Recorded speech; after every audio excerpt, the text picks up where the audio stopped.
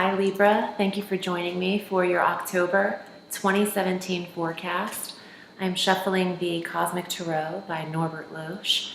And before I start the Astro Tarot forecast, I wanted to take a moment to just express my condolences and my sympathies for anyone who is dealing with the loss in terms of hurricanes and earthquakes and all of these natural disasters that we're experiencing globally, from Houston to Florida to Mexico to all of the Caribbean.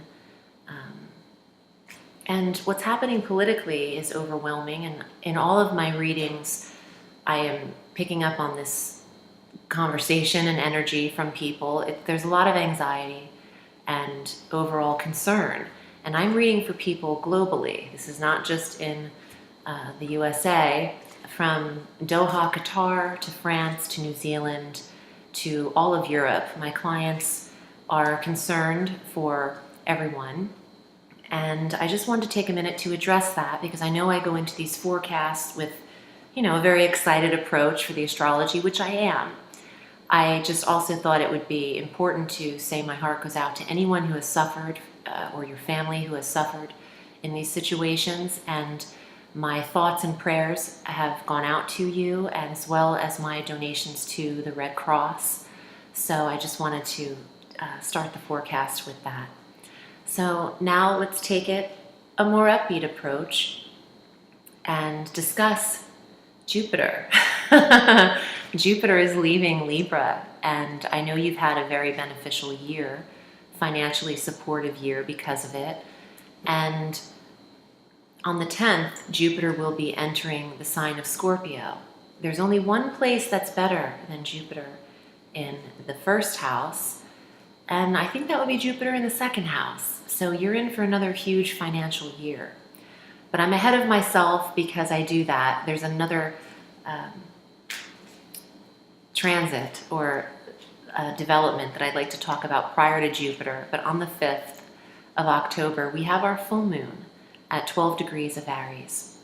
And for Libra and Libra rising and Libra moon, this impacts the 7th house. Please watch your sun, your rising sign, and your moon sign for a full scope. The full moon brings some closure in the 7th house for Libra. Conjunct Uranus, all of this means that you might be healing from a marriage that didn't work out, a significant other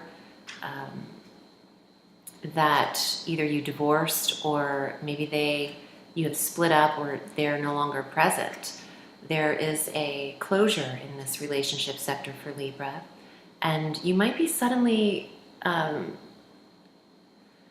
inspired to come to terms with a past relationship. Uranus is a sudden planet of revelation and insight, where there's not a lot of planning to be done. So this isn't something you are necessarily conjuring up or thinking about putting an end to, but you might feel this closure about 2.5 days prior to the full moon and 2.5 days after, when the moon's energy is the strongest. And it's okay to close the door on relationships. I feel like it's important to say that not everything is meant to last forever. And although you may have verbally committed in front of God to do so, I think that relationships last as long as they're supposed to last, and not everyone is meant to come through the entire life process with you. And when you're done learning, you can move forward. So maybe some Librans are being very hard on themselves or judging themselves, as Libras can do. You are the judge and the jury. You're the scales. You need everything to be making sense and right and valid and all in the mind and sensical, if that's a word. What's the word I'm thinking? Oh, practical. That's what I'm thinking of. You want everything to be just right, and sometimes you can't fit everything into that box. Sometimes you can't make everything right, and you can't justify everything. Libra wants to justify, and you are the justice card. So This is coming up because I don't think Libra should be so hard on themselves. You might not need to judge this relationship if it didn't last. If the full moon is bringing you closure from something in the past, let it go. You don't have to be the judge and jury of yourself. That's like double jeopardy, isn't it? You can't try yourself twice or even 4 times for something. So that's an energy I wanted to discuss. Now, Jupiter on the 10th is entering the sign of Scorpio, and he'll be here through the 8th of November of 2018.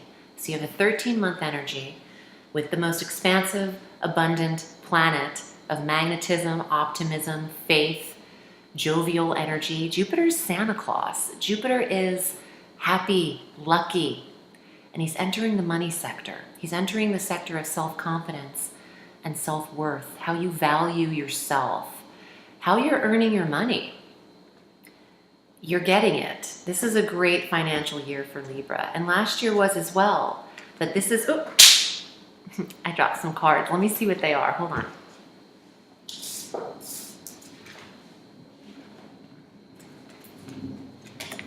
Two of Cups. I'm putting them back in the deck though. And the King of Wands and the Queen of Swords. That's a Libra energy. But I just dropped them. I was kind of just shuffling frantically. Jupiter in the money sector it's how you are getting paid. It's elevating you. Jupiter's only here once every 12 years. So if you think back to 2005, around halfway through that year, Jupiter was in this money sector for you. And what was happening in your life? Was this affecting your money or your confidence level? Maybe your self-esteem was boosted. But this is not just a little bit, and it's not just a weekly feeling. This is a year-long, 13-month process and development of your earnings sector. Fabulous. On the 14th, Venus enters Libra. So what's happening here, I'm noticing, astrologically, is that once Jupiter leaves the first house, you might have some separation anxiety. That planet has been too good to you for the last 11 months or so, a year and a few weeks. But because he's leaving, I'm noticing 3 personal planets coming right into Libra to be like, all right, you're not empty. Jupiter's gone, but don't worry, we're here, we got you. You've got Venus, you've got Mars, and you've got the energy of the new moon, all in your sign, Libra. Again, happy solar return at the top of the month. It's still your birthday. So this is fabulous energy with Venus on the 14th, the new moon on the 19th at 26 degrees of Libra, and then Mars on the 22nd entering Libra for 2 months. So 3 energies, 2 personal planets, Venus and Mars, and the new moon in your first house. Still very much about Libra, so don't worry that Jupiter's gone. You've got some major players here to make up for that energy. Mars in particular will see you wanting to work out, expel a lot of heated energy. It's also a very sexual and feisty placement. You could be sexually active even more so than normal when Mars enters the first house, and that's from the 22nd of October through the end of November. So happy Thanksgiving. And you also have Mercury on the 17th entering Scorpio, conjunct Jupiter. So the development and the assessment of your finances is strong mid-month through the end of the month.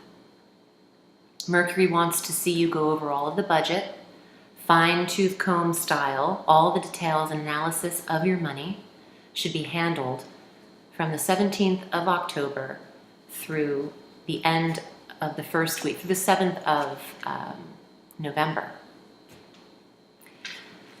And effortlessly, I might add, because Mercury's direct, you've got all communication happening correctly, there's not a lot of misunderstanding here, and your judgment is on. Your assessment is on point. So, with all of this happening, I feel like the new moon would be this is your only new moon this year. So on the 19th, it's a great time to focus your intention on where you see yourself in the full year or in a full 28-day lunar cycle and write it down. If you keep your vision further enough outward, long-range plan style, the LRP, the 5-year plan, you can see things occur more quickly. It doesn't have to happen in 5 years, but keep your vision that long. Because if you're only looking at what's in front of you constantly and down at the ground and just in your really remote area and what you need to accomplish, where's your vision? Your vision is 3 inches ahead of you? Get it down the highway. Get on the road, look at the yellow lines. You want to get to know yourself? Drive across the country alone a couple times a year. Envision yourself on those 2 lines of the highway is why I brought that up. And you can do anything you want to do. You are your own miracle. And it starts here. It starts where you're thinking. Because what you think about, you bring about. So don't think about worry and don't think about lack. Think about all the good things that you deserve and filling your heart with support and helping other people and maintaining your generosity, Libra, because you are generous. All right, let's get to the cards, see what comes up. I'm thoroughly shuffled, and if you'd like to read with me, I'm at audreyalison.com. I read all through the week, and you would select your desired reading length via the PayPal button, and I'll get back to you in an email, and we can set it up. Also, your medium messages and your fortune card drawings are available for October on VIMEO On Demand. The links are below, and as well as my tarot course is still open for enrollment. That link is below as well. Libra, here are your cards for the month. First card, Princess of Swords. I love this chick. She's not smiling. She's very serious. Air sign, like yourself. It's probably representing the younger Libran female. This is also Gemini and Aquarius. She's like the wind. She's brilliant. She's a great communicator. She's stern. She has a very serious look on her face. I like this card so much because I identify with it. When I was in high school, people used to always think I was stuck up or pissed. It's because I have my father's mouth. He had a crooked frown, and when I'm not smiling at all, I do look pissed off. I look very serious. And this card is so like my jam. As a Gemini, I'm like, hey. But she's not pissed. She's got a lot on her mind. And that's you. You're not a pissy person, pardon my French, but you are concentrating. And there's a difference. You know, Libra has a lot on their mind. And not everything is a smile. So smiles are reserved for when they're really needed, is what I'm getting. That's how I'm interpreting it. Ooh, this is interesting. This is another card that represents Gemini. The Lover's card, this came out in another reading too. The Lover's card is a major arcana card, the card of Gemini, but it's a triangle. It can represent 3 people. It could also just be the attraction that you're experiencing in your relationship or soon to come. It does indicate a choice because Gemini is the duality. There's always 2 sides to Gemini. And what I'm getting here for Libra is,